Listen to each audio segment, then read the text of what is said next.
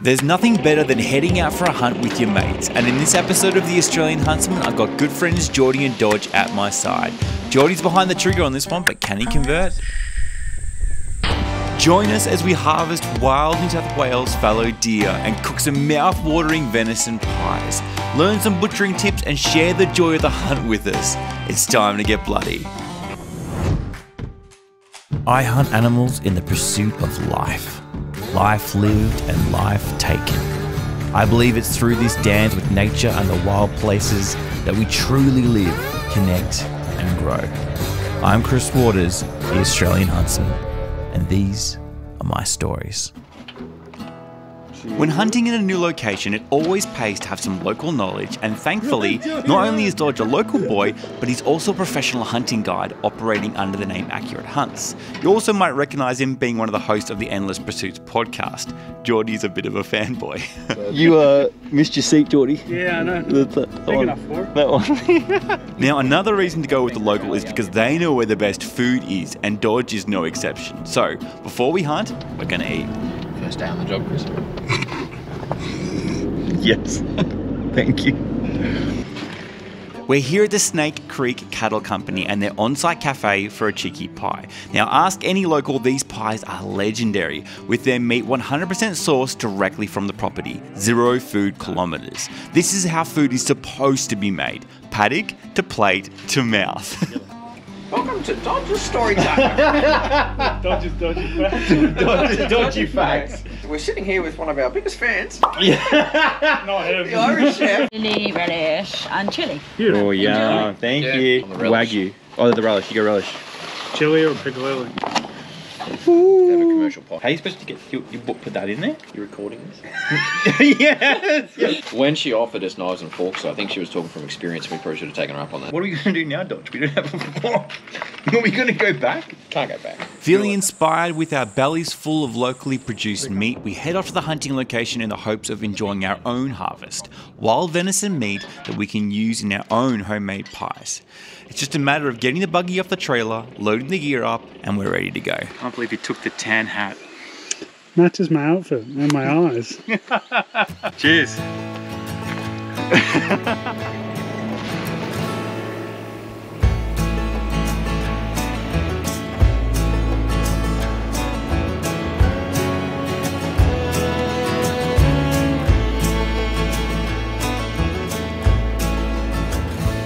Dodger just found a fresh scrape, and he just started talking to Jordi about it and explaining it. And I was like, "Hey, shh, say it again." And he goes, "All of it?" I'm like, yeah. Yeah, all of it. So fallow bucks like to find branches that are about 1,500 off the ground, and they stand underneath them, scrape the ground, mark their territory, and then rake the tree as a scent marking situation. So it's a good sign. That's fresh because the guys were mustering cattle in here yesterday, and that has no cattle prints on it, and they push them over this track. So as you can see, a lot of fresh cattle poo around. So that means there's a buck around here somewhere, and he's pretty active. Given that we'd just seen fresh evidence of a buck in the area, we spent a few extra minutes glassing before moving on. But even then, it wasn't long before we came across our first group of fallow deer. Deer on the left, under the tree. You jumped it. Yeah. That was Ruse would have spooked it. Bumped our first deer. Two was it? I only saw Just the one. one. Just the one. Fallow spiker.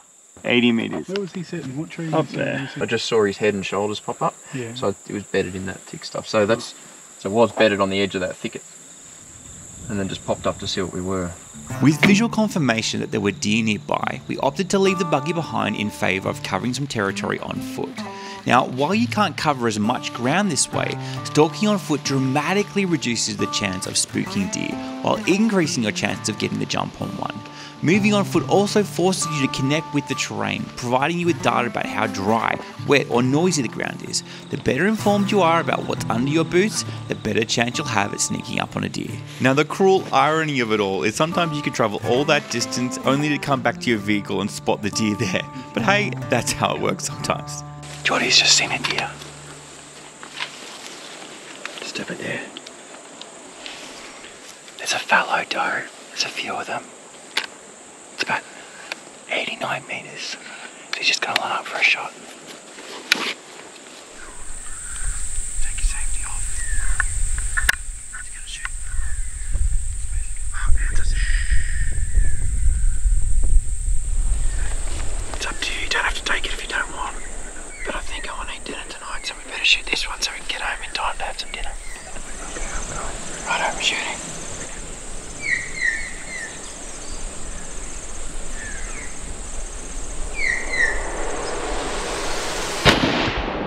Good shots. Great shot. Good shot. No, she's kicking. I may have. No, I think she's... Give it a second. She's good. That's done. Great shot. Cracking shot. High five. Hey! Good work. Beautiful. Hey! I felt like I may have been a touch high. Look at that. What you've got there is She a dead didn't deer. move. Yeah. We're talking semantics here. I think I was a millimetre to the high side. Perfection. How'd that feel? Yeah, good, really good. I've never got a fallow before, so and it was just, I just spotted it out like this bright orange, just walking off behind the tree, and then just kind of seeing it walking off. I was like, okay, it's gone. And then there was another one, and I didn't see that for a while. And then the first one kind of turned and came back, and there was just this bright orange deer. Yeah. Just kind of feeding back onto that slightly open bit. Got herself down, just had a look at them, and she was broadside, wasn't she? Like or kind of side she was on? quartering towards us to start, and then went broadside, and then slightly quartered away, but still mostly broadside. Yeah. And you had your pick. There was like what? There was two at least. Yeah, I think it was like another three. Yeah. They were a lot further really behind. See them. I think they were up further in that thick Yeah. stuff. Perfect though. The breeze is coming from this direction. Well, the wind's a bit mad, but like Yeah. I did not know we were there whatsoever. No, that's good. And 89 meters, Had perfect. plenty of time just to talk it out and then get that Yeah. shot. And really happy. she went down so cleanly. Didn't take a Like step. she didn't get up. She was down within, I reckon, 20 seconds. She was dead, easy. If that. Probably more 10, 15. Oh yeah, she didn't take a step, did she? She No. just dropped. So cool. Ah, let's go get her. You looking for a cheap set of binos? Where's yours, Chris? I don't know, Will. You got him? No, you left it on the ground. You can tell he's sponsored. All in service of the shot. So I actually met Jordi at the first Australian Hunters Club meeting back in 2022. And thanks to the club, I now count him as one of my best friends. Now, if you want to connect with other hunters, go on the draw to win professionally guided hunts or hunting products each month, or maybe you need your genuine reason or the security of hunting insurance, I want to invite you, like me, to join the Australian Hunters Club. To learn more or sign up, head over to australianhunters.com.au. And who knows, through the club you might also make the friend of a lifetime too. That's how fatty she is. She has fat on her exit wound. Thank you, girl. I think that deserves a full skin. I honestly thought they were bigger. This is my first fallow encounter. Like I almost feel like I could chuck that and carry it out. Well, if you gut it, you can. Yeah. If you gut it, you'd be able to backpack that and carry it over.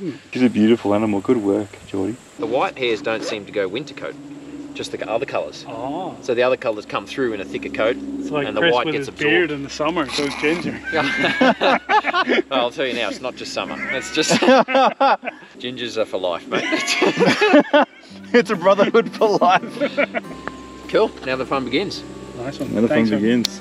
For bringing us, man. No worries. Thanks Really for coming. appreciate it. Everyone's pulling out their knives. Alphas or XTs? That's blood. She's the same brand. No, this is Eagle Hawk's Australian fellow. Actually, lives just around And the that's corner from me. marsupial. That's marsupial, an American brand trying to be Australian. Which is funny. Eagle Hawk has an American hawk. And it's got a kangaroo. And then the Australian one's got a hawk on it, and the American one's got an American Australian. Like a wedge-tail eagle. It is a wedgie. Yeah.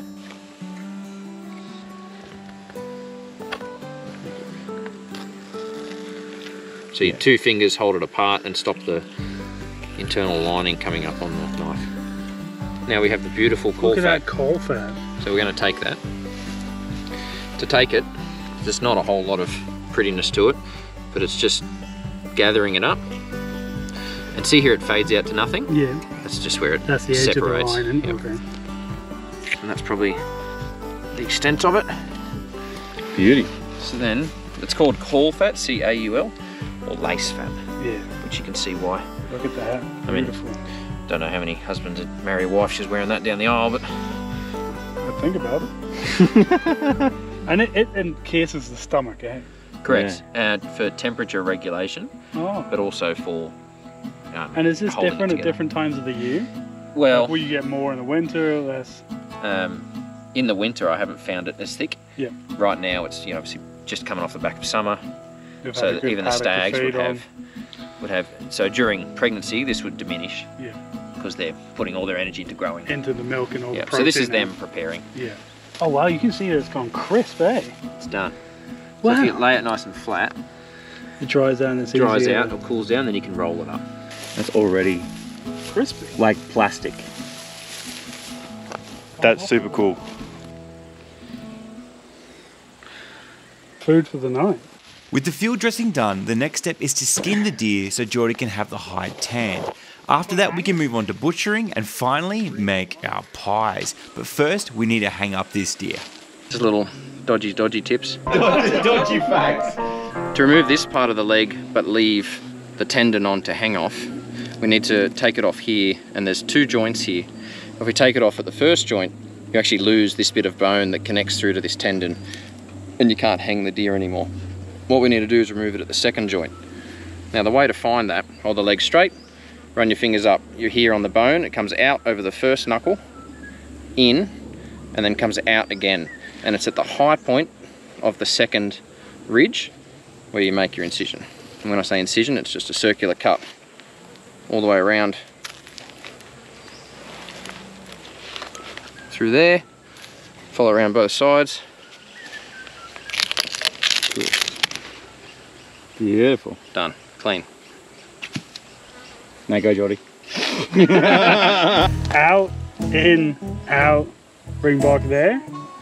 Go down about 2 mil. Yep. All the way around. A bit more tendon at the back you haven't cut. Keep going through there, that's soft, yep. And then there's 2 tendons up the side. His toes drop. As soon as you cut the side one, the toes drop. That's it. Now twisting. Oh, no, so close. I can feel it. Not as good as the master. Now we hang her.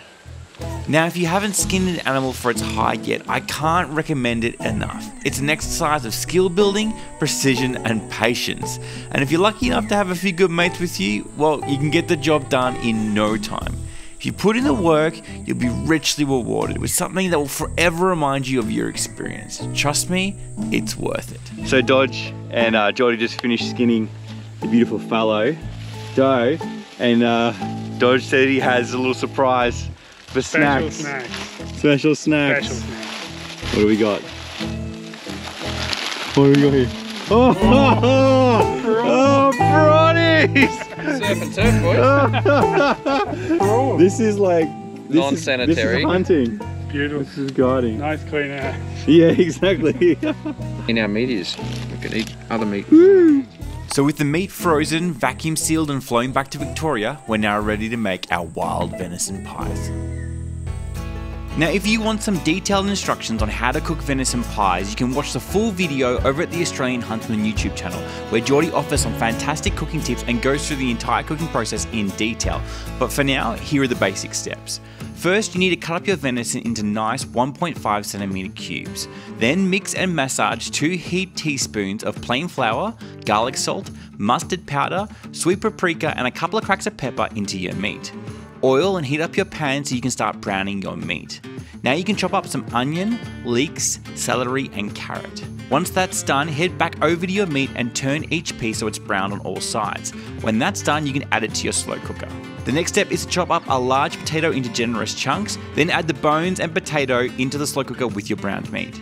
Now it's time to make the gravy sauce. First, add 1/4 cup of beef stock and a good glug of Worcestershire sauce and the secret ingredient, Maggi gravy powder, to a jug of water. Whisking it until it's dissolved and then add in some more cracked pepper for good measure. You can then go back to your hot pan and place a generous tablespoon of duck fat into it. Add in your chopped onion, leeks, celery and carrot and cook it until the onion is transparent. Once it's cooked, add in some minced garlic and cook it for another few minutes. Then you can add it all to your slow cooker along with the gravy sauce and any leftover seasoned flour that didn't make it onto your meat and cook it for 6 to 8 hours. Once cooked, put it into the fridge and let it cool overnight. Now it's simply a matter of cutting out your puff pastry pie bases and lids, try saying that 1,000 times, greasing your pie mold with oil, butter or margarine first. Then place the pastry bottoms into the pie mold, adding in your cooked filling, then place your lids on top, folding the edges into the sides of the pie to seal it. Now you can crack a few eggs, separating the egg yolk and whisking it to make your egg wash. Once whisked, you can then brush the tops of your pies with the egg wash. Now before you put your venison pies into the oven, here's a really good tip from Jordi you should listen to. A couple of poppy seeds on top.